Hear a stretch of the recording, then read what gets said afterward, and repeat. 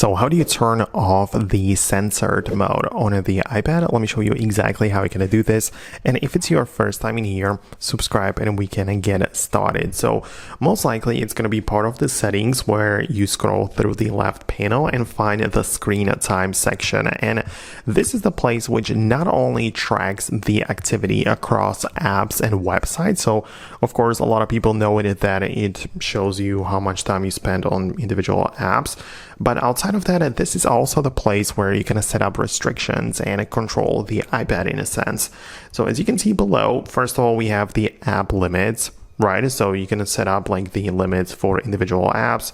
For example, allow social media for 15 minutes per day. And if you don't like that, you can of course turn it off or delete the limit altogether. That's the first part, or you can just stop the limits entirely as a feature. And below, most importantly, we have the content and privacy restrictions.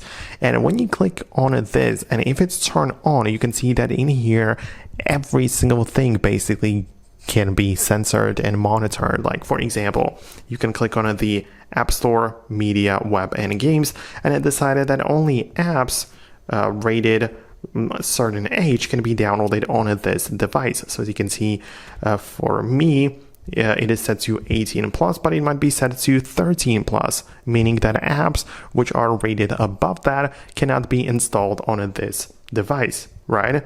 So as you can see, plenty of different apps which wouldn't work in this case. So yeah, that's something which you can control in here and set it up, change it, do whatever. Also, this applies to like media, music videos, and so on. So many different things. And obviously you can go one by one and disable them, but it would make sense to turn off the restrictions altogether, and nothing is now going to restrict or censor the iPad. So that's how it would work. Just keep in mind that there might also be a passcode set up in place in here, because there is the ability to lock these settings, and it's a separate passcode, from the one you generally use on your iPad. And the point is that these settings can be locked by someone. So if it asks you for the passcode, it is possible that it's going to be, it's not going to be the one you probably know about the iPad, but that it's going to be like a separate one made specifically just for the screen time purposes. So I hope it helps. That's what I wanted to explain and talk about in this video. So if you found this video helpful, just hit the thumbs up, subscribe for more tips and videos like this one, and I'll see you in the future uploads.